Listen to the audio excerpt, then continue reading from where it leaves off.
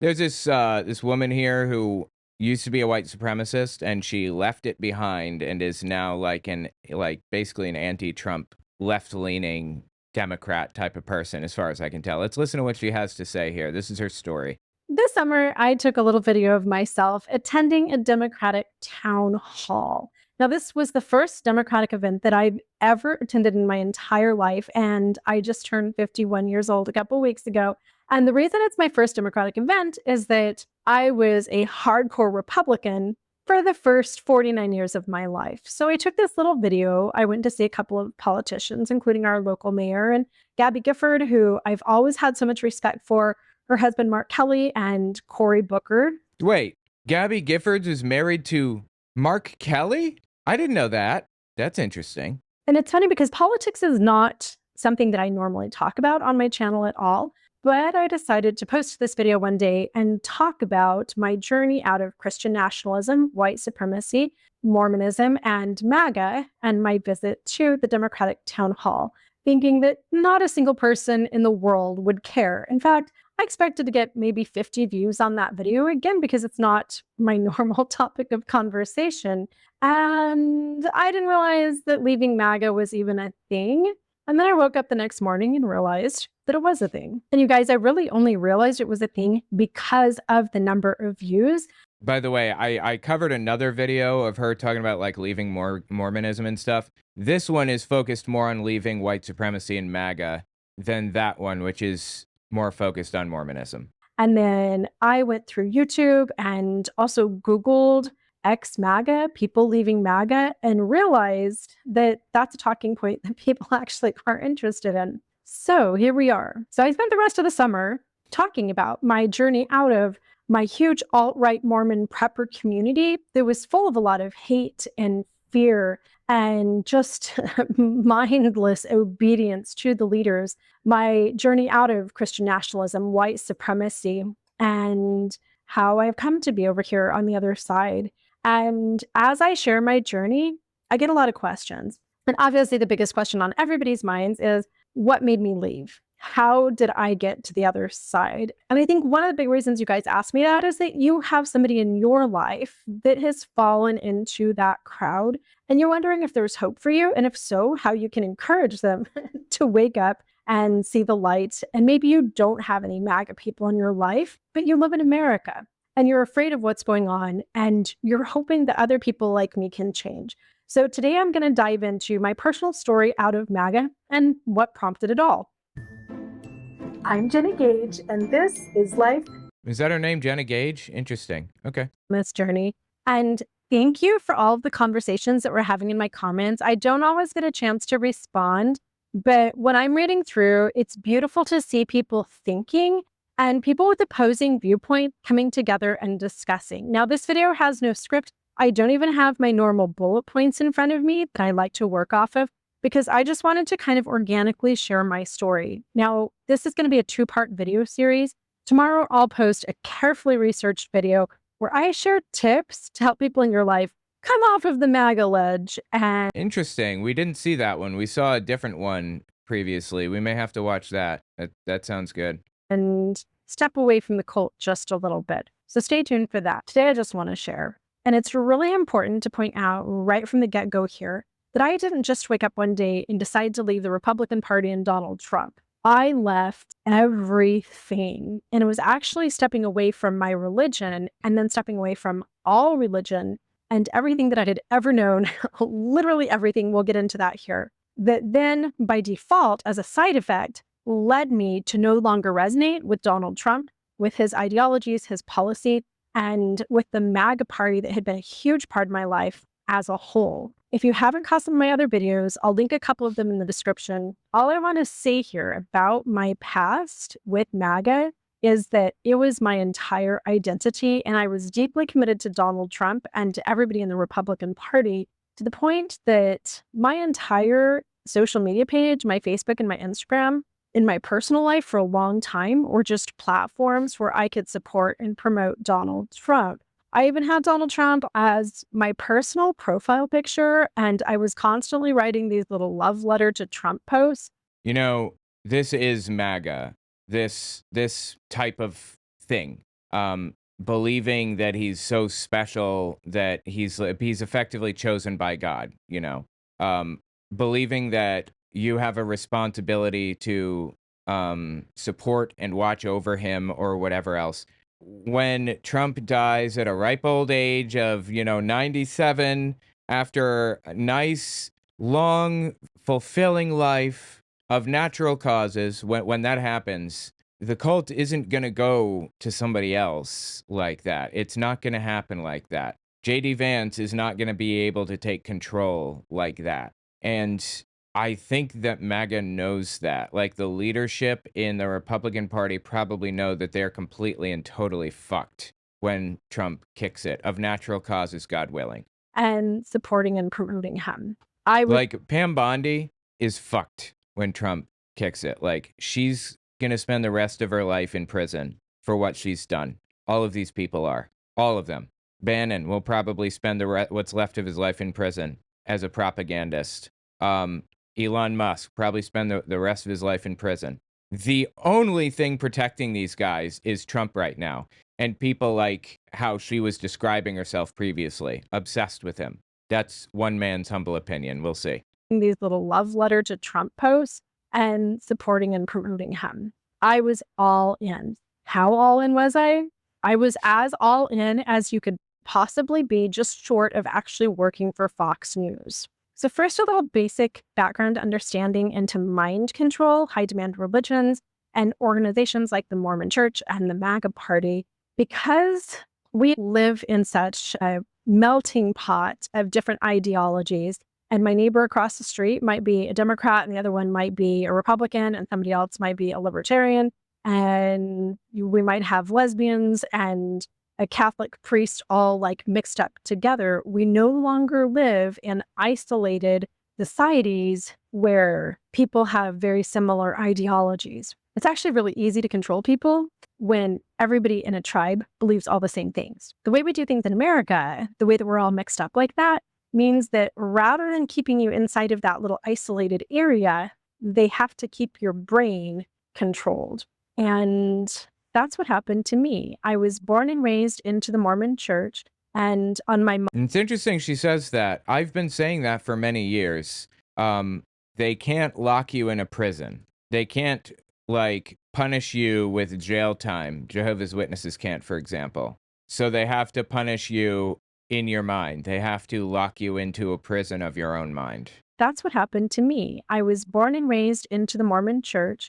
And on my mom's side, we were multi-generational Mormon. So my mom had never known anything but the Mormon Church, and her parents had joined the church quite young, and great-grandparents had joined the church relatively young. So I was born to a family that was deeply devout and really didn't have any outside views. My mom had no idea what it was like to not be a Mormon, and she had been raised very much controlled by her Mormon community. So her number one goal, and the goal of all of my youth leaders and college professors and my grandparents and my huge, big extended family and all of my neighbors and seminary teachers and everything, was to just keep my little brain in Mormonism. And they did that fairly thoroughly. Mormonism isn't just one of these church on Sunday type of religions where then, like, maybe you're Catholic and you go to church on Sunday, your friends are Lutherans and atheists and whatever. As a Mormon, all of my friends were Mormons. All of my family was Mormon. I was only allowed to date Mormon. I wasn't really allowed to go to friends' birthday parties or slumber parties if they weren't Mormon. I lived in It was the same thing with me and Jehovah's Witnesses. High control groups do that. They try to impose their will on the group, on the group by preventing them from having outsider friends. Not healthy at all.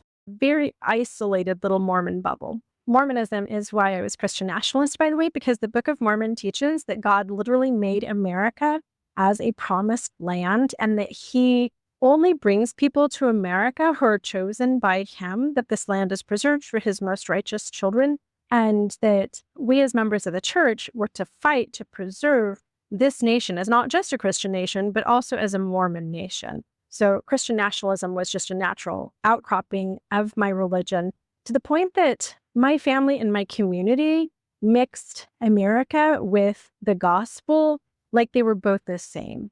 I believed that the Constitution had been written by the hand of God, just like the commandments that Moses, the tablets that he had brought down from Mount Sinai.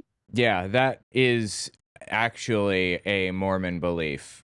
People don't realize that. They think the Constitution was written by Jesus H. Christ himself, Jesus Herbert Christ. I believe that the Constitution had been scripted by God just exactly like that. And just like Moses and his people had been brought out of Egypt across the Red Sea, I believed that Christopher Columbus had been led across the ocean to the new promised land by— Oh, come on, give us the crazy stuff. The stuff about how some people sailed to America to found it, and they were guided by rocks that were glowing on the front of the ship to guide, so that they could see. They were glowing because Jesus had touched them. Give us the good stuff. the hand of God. My community was obsessed with Boy Scouts of America and Flag Day and the 4th of July. We always had these huge congregational pancake breakfasts on the 4th of July. And there were patriotic songs right in the hymn book. Dude, that actually sounds pretty metal, honestly.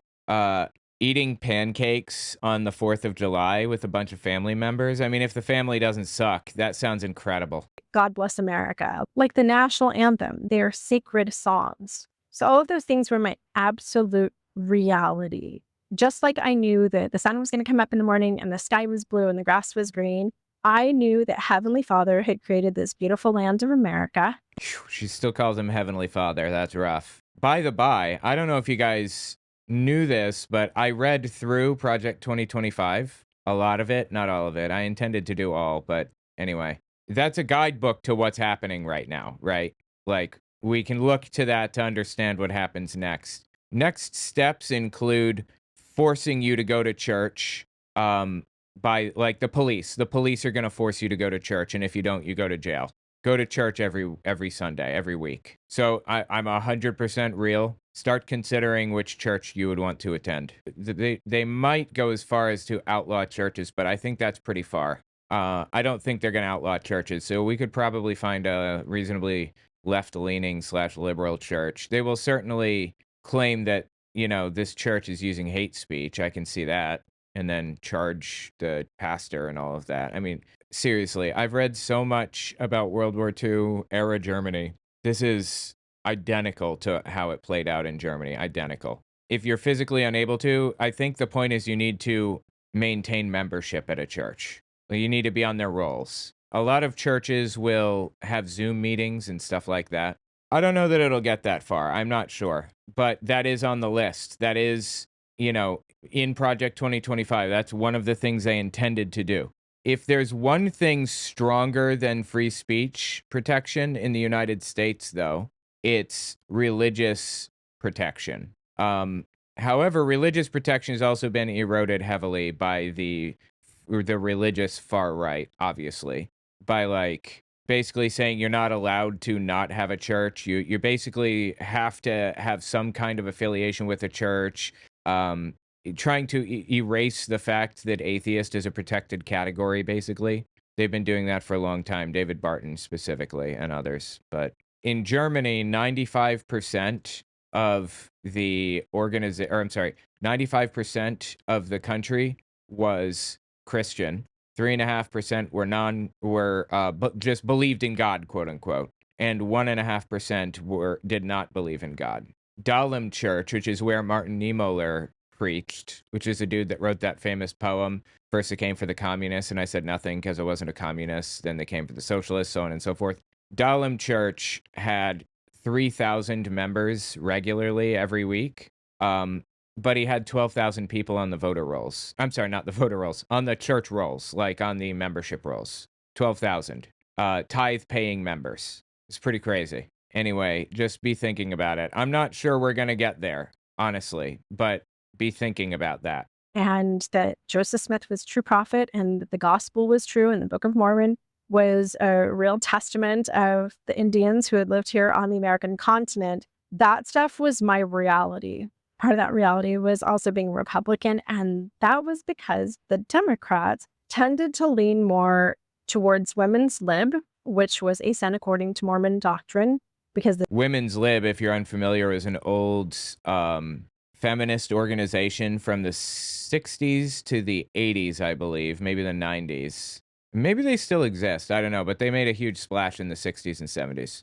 Who was one of the earliest feminist organizations, and if I remember correctly, in large part was responsible for getting women's right to like have a credit card and get a mortgage in their name and stuff. Like they couldn't do that before the 70s. So anyway, that's who she's talking about. the traditional family is the foundation of everything, so only Satan would want women to go out and work.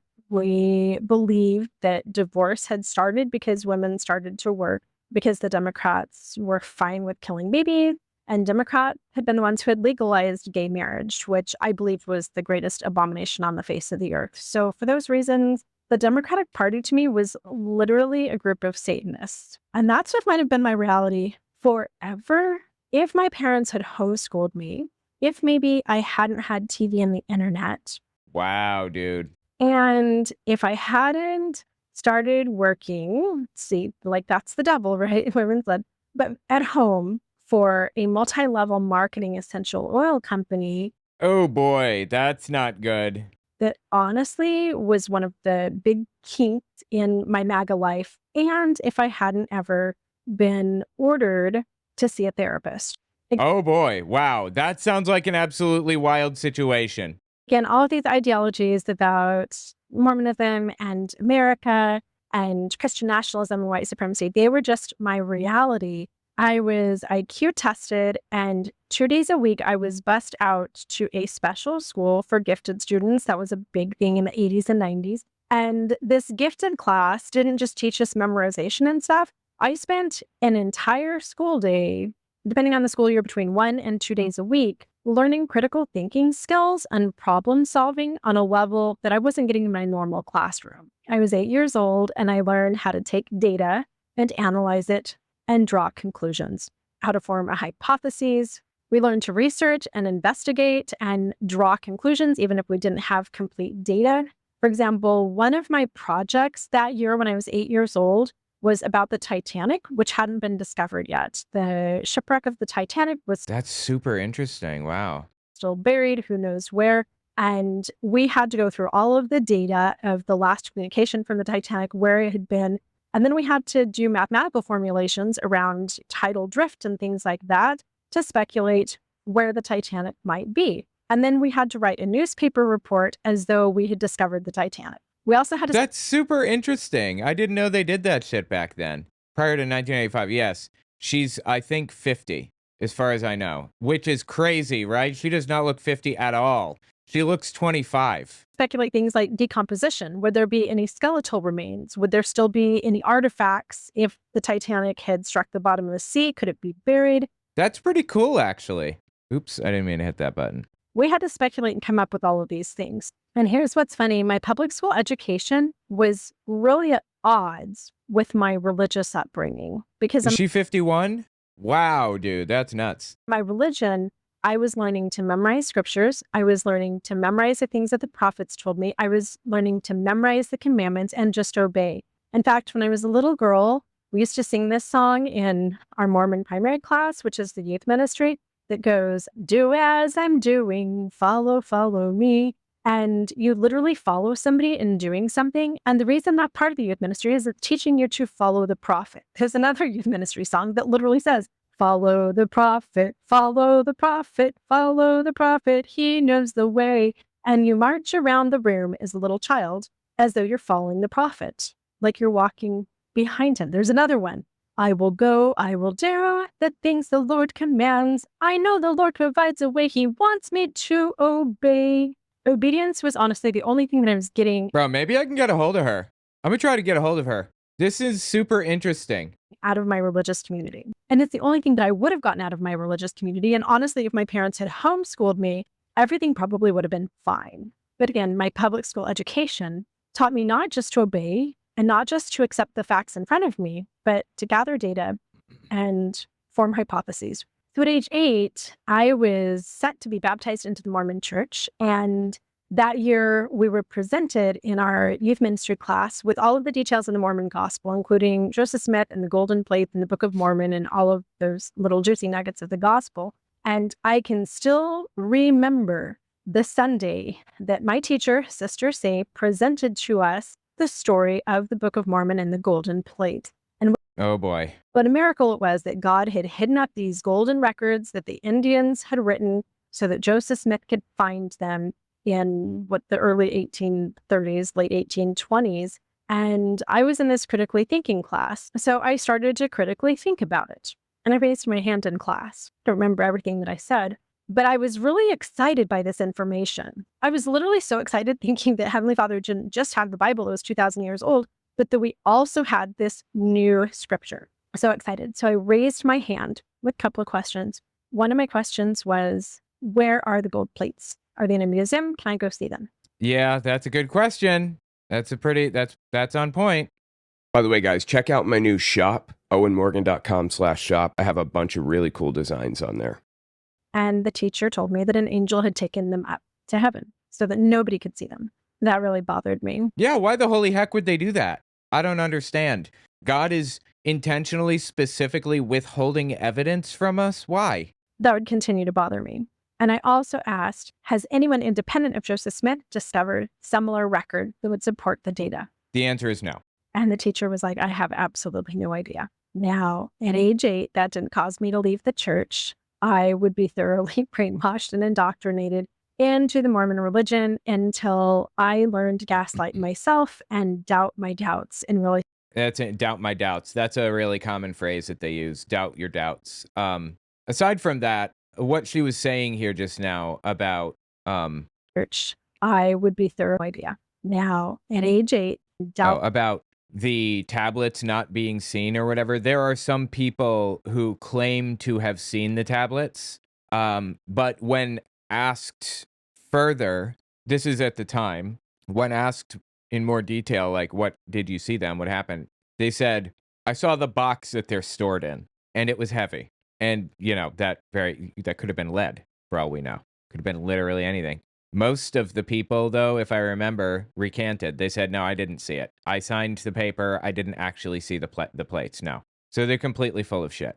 Yeah, some saw it spiritually. That's true. Some saw them spiritually with their spiritual eye or whatever. Just a joke. My doubts in really significant ways. But the things I was learning along the way, how to critically think, would just degrade everything eventually. So I would eventually grow up and get married and become a Mormon trad wifey by the time I was 20 years old and just live a very Christian nationalist, white supremacist, Mormon trad wifey, alt-right prepper sort of life. Then Mormon women aren't supposed to work. Trad wives don't work, right? But multi-level marketing jobs, they're kind of okay because you can work from home. And so I started working with a friend who had joined this essential oil. Oh boy.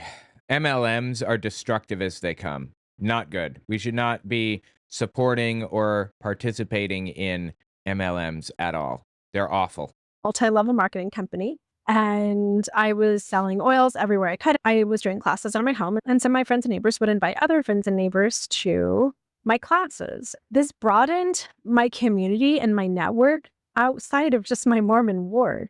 I started meeting people in my own neighborhood that I had never met before and people outside of my neighborhood. And suddenly I started having this whole slew of lesbians who signed up for my MLM. I know a lot of people think that my old life fell apart because of my ex-husband, Jake, but that's actually not why. He had no part. None of that had anything to do with me leaving. We watched another one previously, and if I remember correctly, Jake was abusive, like very abusive, and she divorced him finally and lost literally every single thing that she had. Like everything. It was actually my lesbian friends.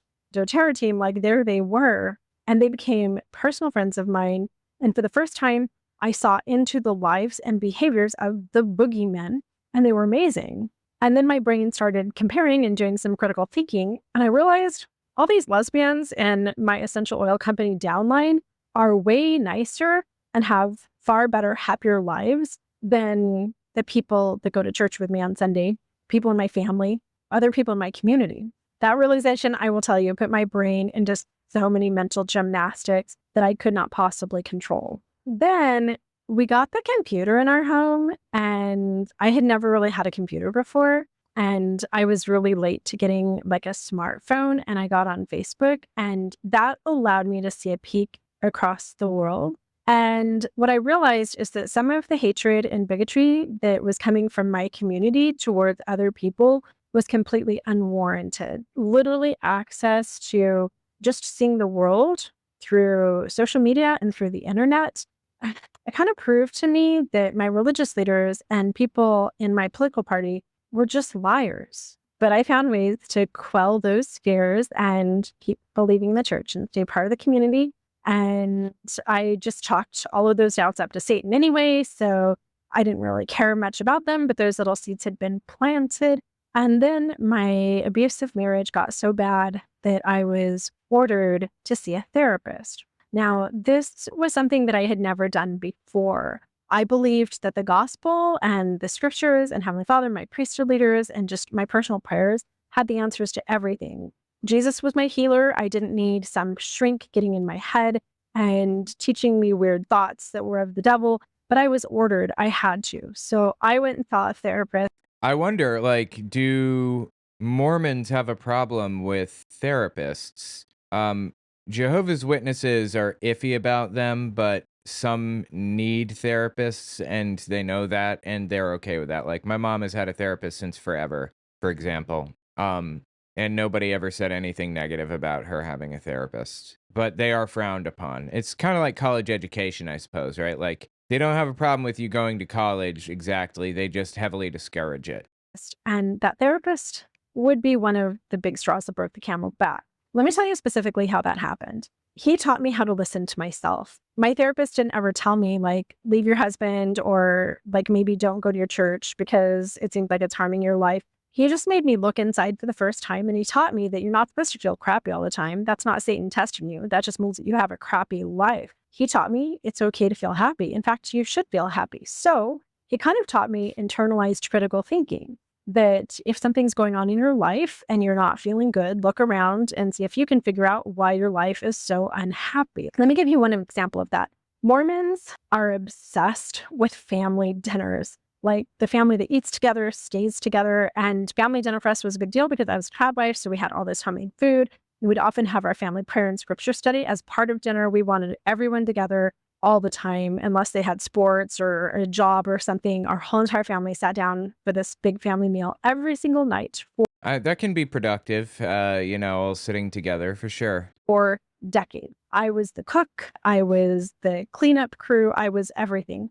I really had this religious belief in family dinners. The big deal. One day, my therapist just throws out to me, he says, it seems like we have a lot of conversations around dinner, you being abused during dinner or immediately after dinner by Jake, and you exhibiting a lot of stress around mealtime. Yeah, I'm cooking all this homemade food. We have a bunch of kids, and it's like, Oh, yeah. Cooking takes forever. Oh, my God. It takes so long sometimes. It's a lot of work. a bad time of day where everybody's just coming home from school and they have homework and we're transporting to sports practices right after and things like that. And also, I was married to a dick. So mealtime wasn't particularly enjoyable. Nothing was enjoyable. The only enjoyable thing was just not being around him. Of note, I still have so much trauma around mealtime that my therapist has had to work through that PTSD.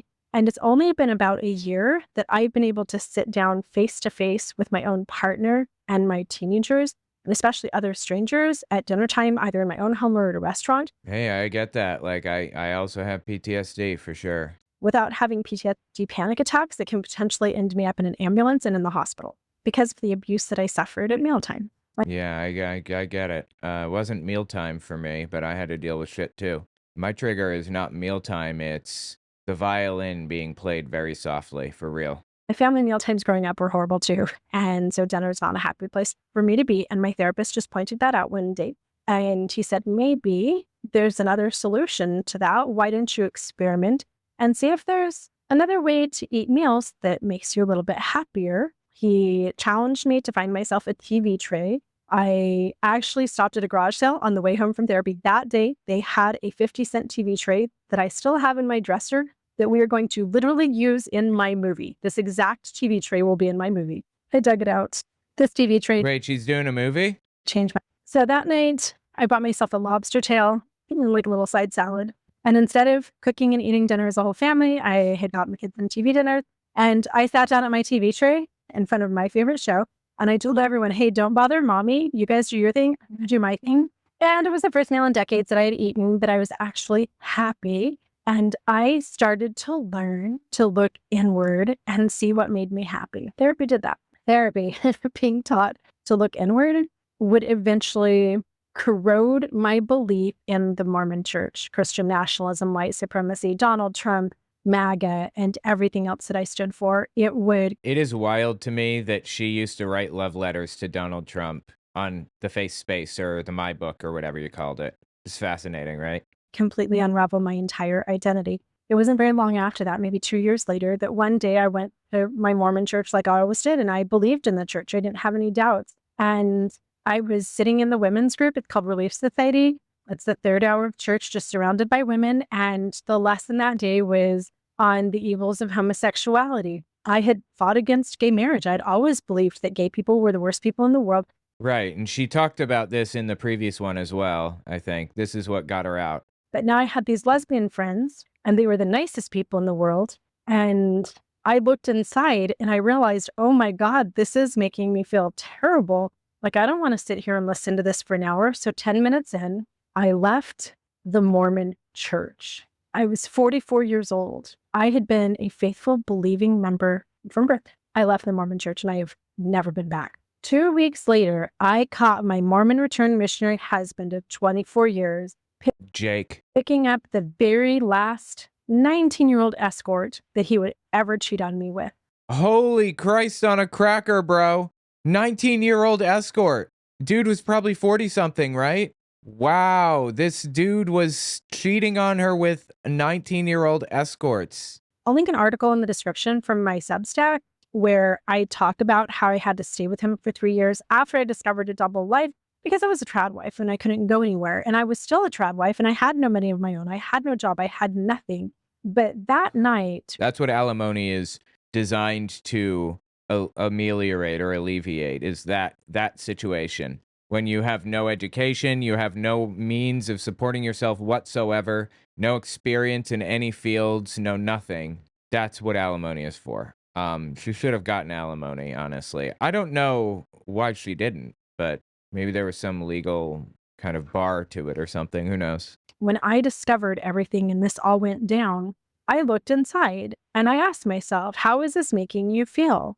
And I remember looking him in the face that one last time and realizing, I actually hate this man. I don't want to be with him. He doesn't deserve to be my husband. Yeah, there's a moment in time when you're like, oh my God, I would give anything to not be around this human being ever again for the rest of my life. Glad she finally reached that point. That's good. And so when I found him in bed that night, I snapped my fingers and woke him up and said, a man who does this to me doesn't ever deserve to sleep in bed beside me again. So you can stay the night. And tomorrow morning, our marriage is over. I'm filing for divorce. Therapy. A week after I left the Mormon church, I went to a Christian church and I became a hardcore Christian for the next 4.5 years. My theory was the Book of Mormon and Joseph Smith had just kept me from knowing Jesus and having a relationship with him. She became a hardcore Christian and left Mormonism behind. That is interesting. Okay. And so I threw myself as deeply into Christianity as I had Mormonism. But unfortunately, with therapy and with critical thinking skills, I had started to really analyze the Bible and I had started to pay attention to how I felt when I read it. And I started to realize that as I was reading the scriptures to my children, and not just the Old Testament, but also the New Testament, and basically going to church with my children, that it made me feel like crap. I just didn't like the Bible. It was hateful. It was judgmental. It was misogynistic and racist and really horrifying. You got me there. I mean, how can one argue with that? And outside of some of the philosophies of Yeshua that are relatively refreshing, the Bible was not something that I wanted to consume anymore. That's Jesus. Out of the teachings of Jesus, Yeshua was his real name. Jesus is I believe, a Greek interpretation of his name. Jays didn't exist until very recently. And church wasn't resonating with me. But here's the straw that broke the camel's back. And this is really important because a lot of people on my channel think that I became atheist because of the Mormon church. Like, the Mormon church destroyed my relationship with God. No, the Christian church did that. I was devoutly Christian for 4.5 years. And my participation in Christianity and actually reading the Bible multiple times during that era were why I broke up with Jesus. Here's one of the straws that broke the camel's back. In our congregation, we had a deaf interpreter, and she stood at the front of the church. And one day we sat right behind this row of deaf people that were watching her intently during the Interesting. I did the same thing. I learned sign language when I was a Jehovah's Witness so that I could help translate like services into whatever for deaf people. That's pretty cool. church service. And afterwards, she sat down next to this group of people. It was a woman and some small children. And I had never met the interpreter before. So I just said hello. So she introduced herself to us and then introduced us to her wife. They were a lesbian couple. Oh boy. And they were also special needs foster parents. So all of the children sitting on the row with them were foster children, some of whom they had adopted. And it was so refreshing to me to see lesbians in church because Mormons don't do that. I asked if she had a Bible study group and invited her to come to our Bible study group. And she said that she would in 2 weeks. So the next week I went to the teacher that I knew was going to be instructing the following week's Bible study. And I just told him after class, I said, hey, I've invited a new couple. They've never been before. And I want to make sure that they feel really welcome. And also they're lesbians. So let's just make sure that we're really kind and embracing because I know that that can be challenging sometimes to feel accepted at church. And this Bible study instructor said, well, if they're lesbians, then I'm probably going to have to really warn them about what God says in the Bible about lesbianism. Because it's our duty as Christians to make sure that they are to make sure that they don't feel loved by Jesus, to make sure that they feel like they are terrible and not safe in this environment. Yeah, that's super Jesus-y of you. Absolutely. warned. I don't want them to commit. Sorry, step back. Listen again. It's our duty as Christians to make sure that they are warned. I don't want them to commit sin. This is actually so hard for me to talk about. This moment right here is actually when I left Christianity. I burned my Bible, I think the next week, and I left religion behind forever. This conversation right here. This man, he looked so nice, and I had known him for a while. We'd gone to this church for a few years, and to hear the hateful things coming out of his mouth, and then to see him flip through this book and read all of these scriptures to me was so jarring. Like, I just wanted to invite the lesbian translator from the church to come to a Bible study group, right? And I'm like, you know that she is officially the sign language translator for the church. He's like, yes, I know that, but that doesn't mean that the church is okay with lesbianism. And as I talked to other pastors and other people in the church, I realized that, yeah, they were fine with her being there to sign on Sundays, but they also believed that she was a sinner and that she was going to hell. And I'm sitting there in that class just thinking of all of these special needs foster kids that they were sheltering and nurturing and providing lives for. And I knew that what this church, what the Bible, what Christians were teaching about homosexuality was just wrong. A few weeks later, I have to add that the Bible barely mentions being gay at all anyway. And Jesus doesn't say anything about it at all. And for that matter, there were definitely gay people in Jesus' time. Trust me, there were. They were probably all over the place. Being gay was a thing. Generally speaking, society at the time had a problem with effeminate men not being gay, not engaging in gay relationships, but specifically being a bottom. That was the problem.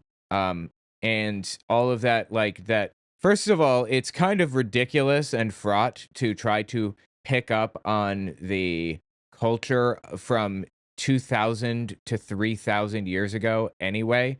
Why would we bother? We are morally superior to the culture they had 3,000 years ago. I'm going there. We have a superior moral system today than they did back then, 3,000 years ago. And second, the Bible says nearly nothing about it anyway. Out of 6 verses, out of 32,000 verses, it mentions it 6 times total. And it's not even mentioned in a negative light all those times. At best, you could say once, but that one time, Romans 1:26, is really about idolatry, not about being gay. The being gay bit was added way later.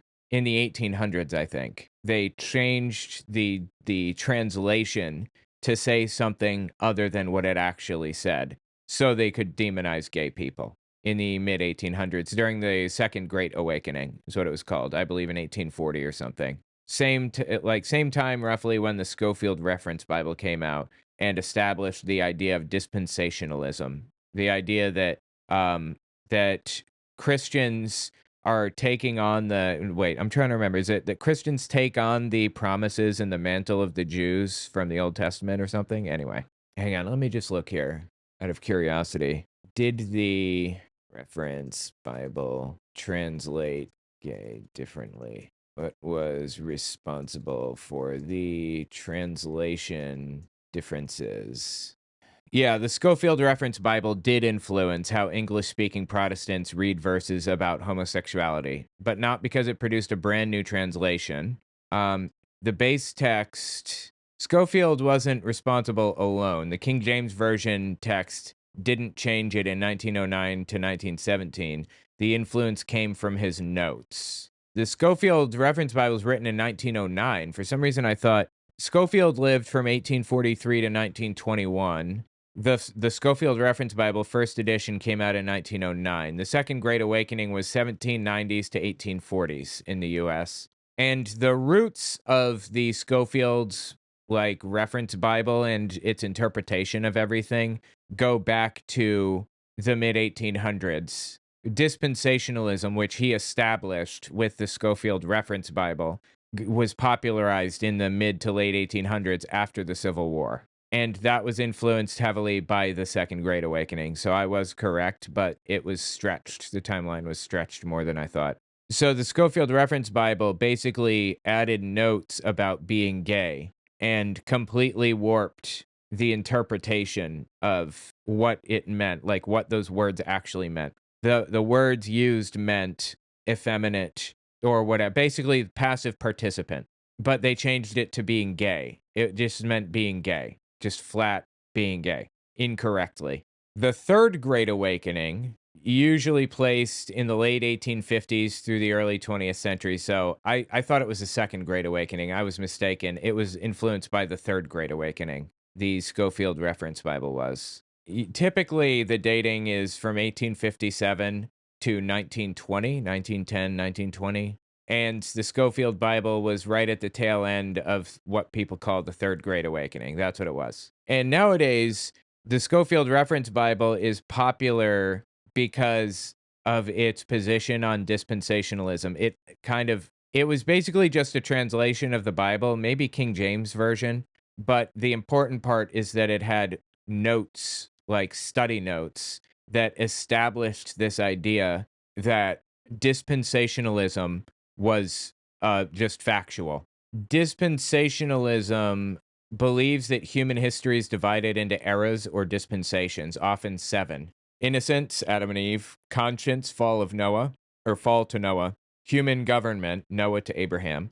Promise, Abraham to Moses. Law, Moses to Christ. Grace, the church age. And kingdom, the future millennial reign of Christ. And it's important because Israel and the church in dispensationalism are seen as separate entities in God's plan, not merged allegorically. So the belief is that God has to fulfill his promises with Israel, the country of Israel, before the end can come.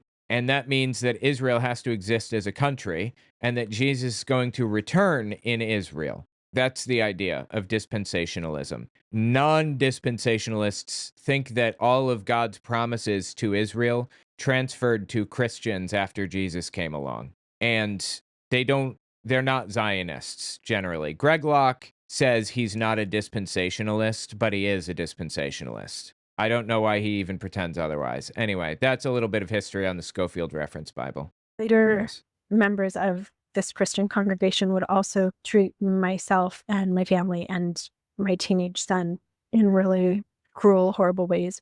And when I stepped away from the group, No hate like Christian love, right? I had people going out of their way to attack me for stepping away from Christianity. Like literal face-to-face conversations with people that I ran into around town because I live in a relatively small town about how I was literally going to hell and taking my kids with. I started. Hey, I mean, Yeah, I get that. That sucks. I had to deal with shunning, and I can't say which is worse. Which is worse, come to think of it, being told that you're going to hell and that you're gonna deserve it and everything, or people just pretending that you're a ghost. They're both pretty bad, right? To really pay attention during that time span to where I felt peace and where I saw people who were emotionally healthy, who were kind and supportive and empathetic, who were exhibiting behaviors that reflected the values that I felt were important.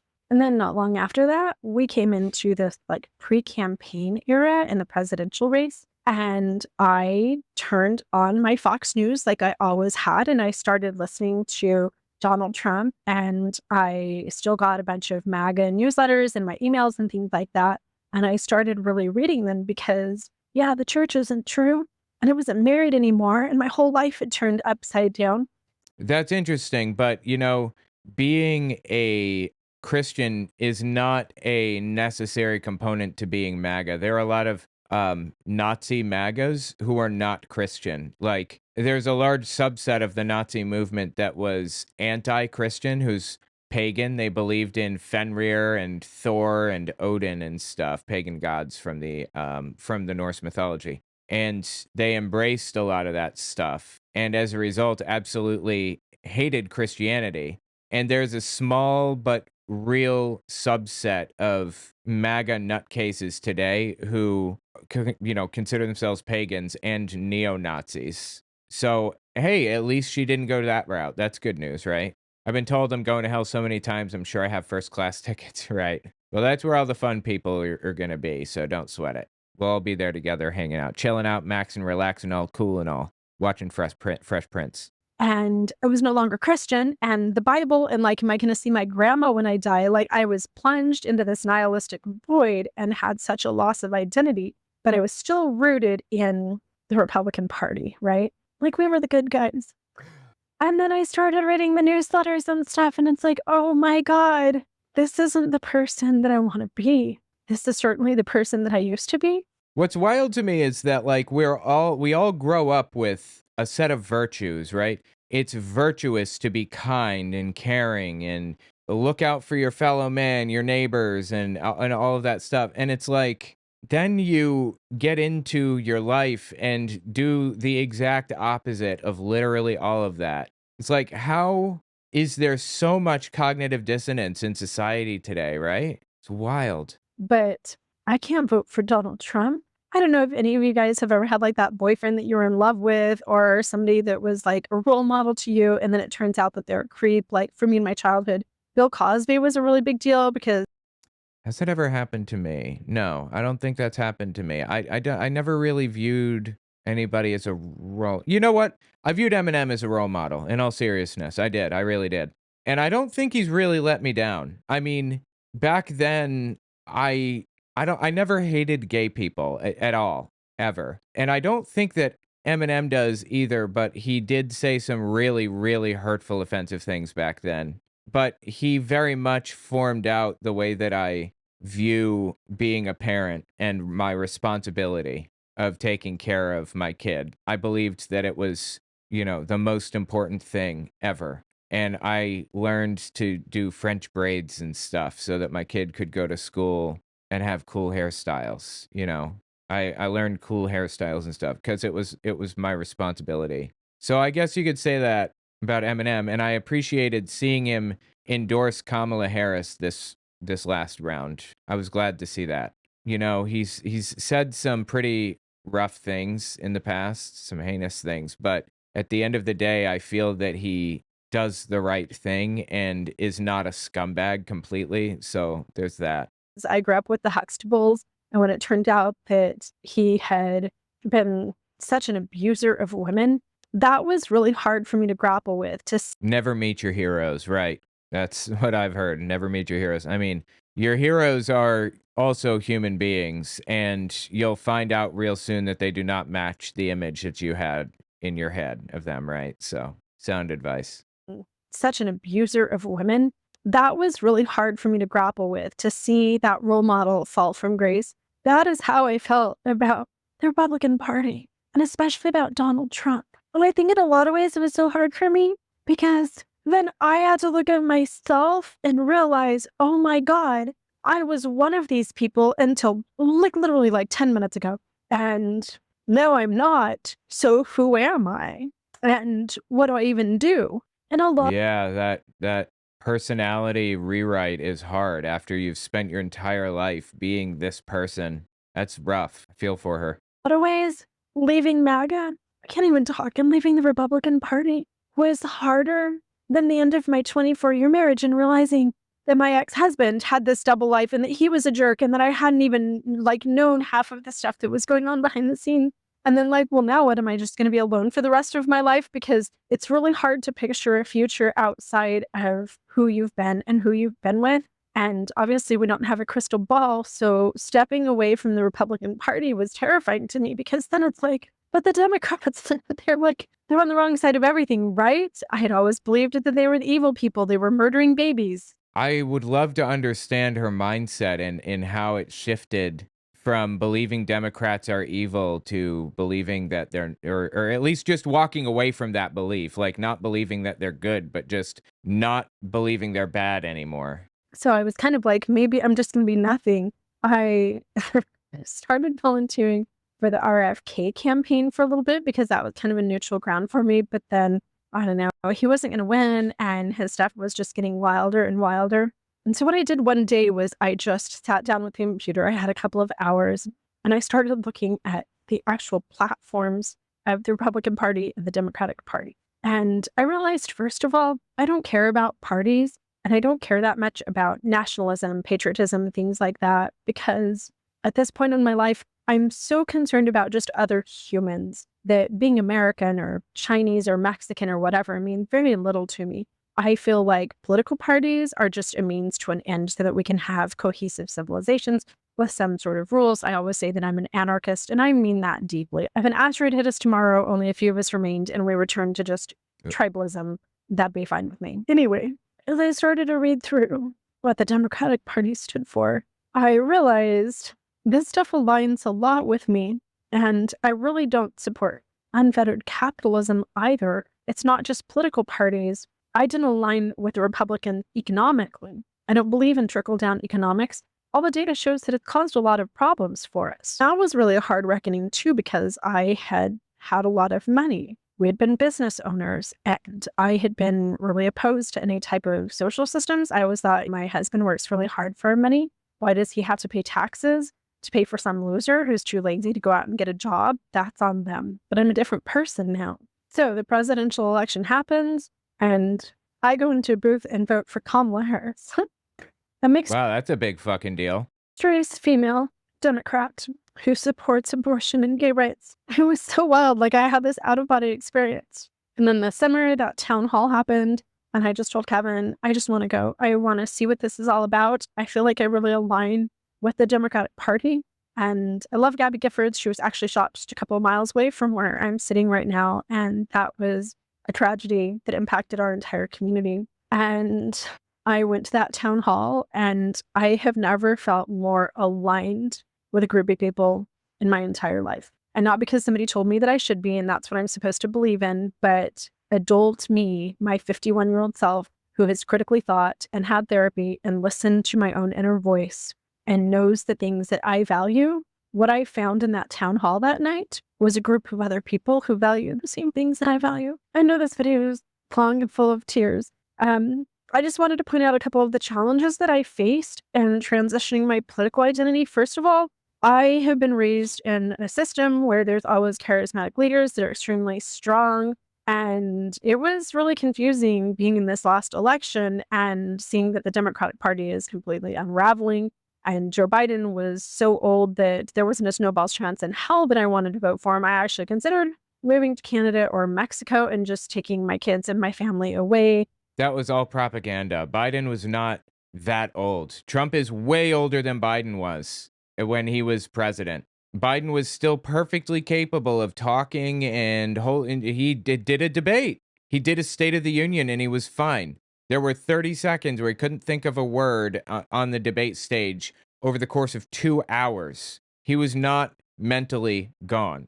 He's fine. It's all propagandist. It's all propagandistic trash. I've carefully researched other nations across the world that might be a better fit for us. But I have a grandbaby and I have so many people that I love here. And I think that the lack of strong leadership has been the greatest challenge for me. By the way, Gavin Newsom, if you're watching, please respond to the emails that I've sent you. I've talked to a bunch of other senators since I last said that on my last video. Newsom, I would like to volunteer my services as an influencer and as somebody who has keen insight into the MAGA party and Christian nationalism and Mormonism to you, should you happen to run for president. So reach out. I am volunteering. I think the second greatest challenge has been just being the enemy to all of the people that were formerly my community. My entire family has shunned me. I have almost no remaining friends because those who were Mormon didn't want me in their life because I'm an apostate. And those who were MAGA and preppers and Christian nationalists and all of that obviously no longer want me in their life because I'm a Benedict Arnold. I am a woke, liberal, feminist, atheist who talks about everything online. A libtard cuckflake, as they say. So I've lost all of my community, and that's been an extreme challenge. The third scariest thing about all of this has been realizing that my former party is now in charge of the country, and that has caused me so much anxiety. And it's one of the things, honestly, that prompts me to use my voice online every day like I do. Like I left the Republican Party, I left MAGA, I left Christian nationalism and all of that. And now they're the guys in charge, and I know them intimately from the inside out. I have firsthand experience into how their twisted little brains work and the hatred that prompts everything that they do. And it terrifies me to see what's happened just in the first little bit of Donald Trump's presidency. It's not like I left MAGA behind and became a Democrat and now we have, like Barack Obama or somebody in charge. Yeah, I know. That's hard. It's hard for all of us. This is 2 weeks old, by the way. Well, this is from August 31st, by the way, when this video came out of hers. So should give some insight into what was happening at that moment. This is before the Charlie Kirk stuff. It's before the crackdown on free speech, before the Kimmel firing, so on and so forth. I'm scared. I'm scared because I know them. And I know them because I was them. I guess I should share some benefits.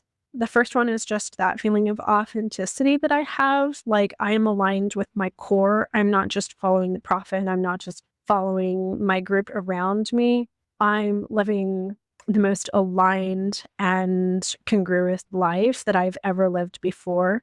And if I had to wait until age 49 to do that, worth it. Because I think that some people go their whole lives without actually living authentically. And Absolutely agree. 100%. Live authentically. YOLO. Seriously, you only live once. We only get one spin. And wasting it on something is a travesty. Don't waste it.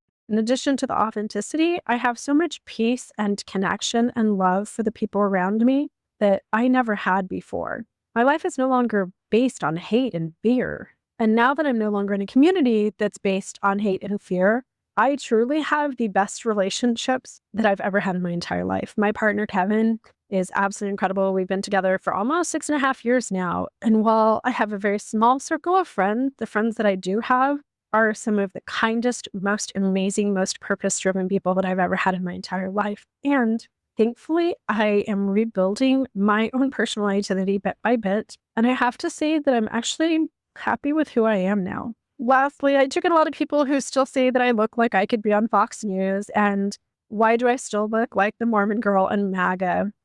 I mean, isn't that just how she looks? I don't.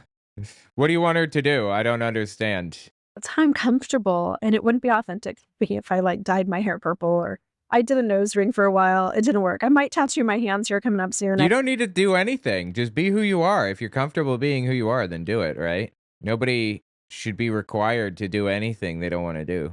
I just don't have the money. Maybe if my whole life take two had happened when I was in my 20s and 30s, then I wouldn't still look so MAGA Mormon-y. But you guys, I'm 51. I don't really want to change my whole appearance. And I am blonde. I am Scandinavian, German, British. That's okay. Be who you are, right? This is just who I am. I want to end with this final thought. On my Life Take Two podcast, when I have people on to interview, I ask them if you of today could go back to 19-year-old you and tell that person anything, what would you tell them? And I wish that 51-year-old Jenny could go back to 19-year-old Jenny and just tell her, use those critical thinking skills and look inside and see how things are making you feel. That's the key to everything. That day that I left the Mormon. If I could send a message to my 19-year-old self, is that what she said? If I could send a message to my 19-year-old self, I would soon be out of Jehovah's Witnesses anyway, and it wouldn't be like my upbringing was the problem, not me being trapped inside afterward. I think I would. Damn, I don't know. I'm gonna have to think about that one. This is why most of my profiles say, "I am me. I will never be you." Right? She doesn't need to be like change who she is to whatever. If she wants to look like she should be on Fox News, then she can look like that. I have no problem with that. And she looks pretty anyway, so it's not like she's, you know, like ugly or something. That's just not the case. People need to chill the fuck out and stop being shitheads. Me to past me, buy some Apple stock. Yeah, I was thinking like, would it be a message so simple as like buy, I don't know, invest in Bitcoin or something? I don't know. I'm gonna have to think about it for a while. What could I do that would change my life? Start YouTube earlier, maybe? Save money? I don't know. I'll think about it. Church, I stood there in the hallway after I'd left that class, and I thought to myself, if this was the first time that I'd ever come to this church and I didn't have 44 years invested in it, would I want to come a second week? And the answer was no. I wish that 19-year-old me had been able to assess the things around me and really see the impact that they were having on myself and others, because it would have changed the course of my life completely. And I want to end this with a call to action for anybody who's still listening. Having been part of this movement, I know that these people will stop at nothing to fulfill their purposes. They believe that God is on their side, and they crave power in ways that most people would never even dream of. We have to fight. We have to fight at the polls. Yeah, it's horrifying. I mean, people don't fully realize what these nutcases can and intend to do. They don't realize. And if they did, nobody would have ever voted for Donald Trump. I mean, I think people are starting to realize now. They're starting to see what Donald Trump had planned, some at the very least. But you know, in Germany, people believed that they could control Hitler, and that's why they did what they did. That's why they supported him. Von Papen was the leader ahead of Hitler, like before him, and he believed he could control Hitler. You can't control fascists, okay? You can't. You cannot control fascists. It's fraught. It's a lost cause, and it'll lead to your destruction. And now Tucker Carlson is warning people, hey, Donald Trump is trying to Nazify the country and erase free speech. Yeah, dumbass. I've been calling that since it started. You knew that this whole time. You knew that. You just chose not to care because you believed you could control him. Like the dummy that you are. You believed you could control him. Just like they believed that about Hitler. And here we are. Just a reminder, I would really appreciate it if you guys checked out my Patreon. If you're not going to donate, you don't have to, but follow me there at the very least. owenmorgan.com/Patreon. Just in case something happens with the government or whatever. It would be really good if you had some way to connect with me and my content. I'm really concerned about that. And maybe you should consider that for other creators too. Fight. And they crave power in ways that most people would never even dream of. We have to fight. We have to fight at the polls. Unfortunately, I believe that we're coming to a moment in history where we're not going to be able to fight at the polls anymore. Not that I believe in violence. I don't. I just want to put that on record. I do not believe in violence ever under any circumstances. I'm a pacifist. I just don't think that like any other routes of resistance are going to be available. I think that currently we still have a democracy in the most technical sense. And I also think that, God willing, Donald Trump dies at a ripe old age of 103 of natural causes in bed with the ones that he loves.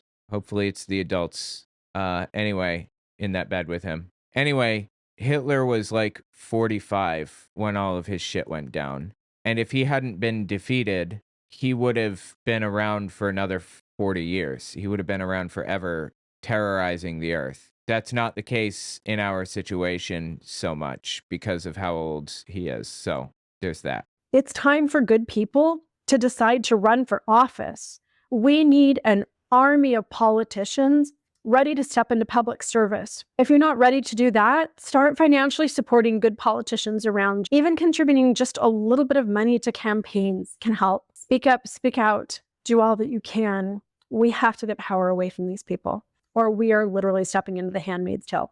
That was my personal fantasy as a Literally, yes, actually, for real, seriously. Mormon. I wanted an American theocracy, and I saw that potentially happening with Mitt Romney, and then it didn't. All right, that's it. Let me think about drinking some water and take a nap. Well, it was a good video, and I appreciate her being candid and honest and open about her experiences and feelings and everything. Fascinating.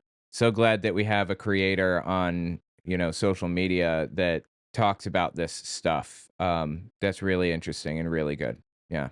Tell me what you think about it in the comments. Her name is Jenna Gage, I believe, or Jenny Gage. Yeah.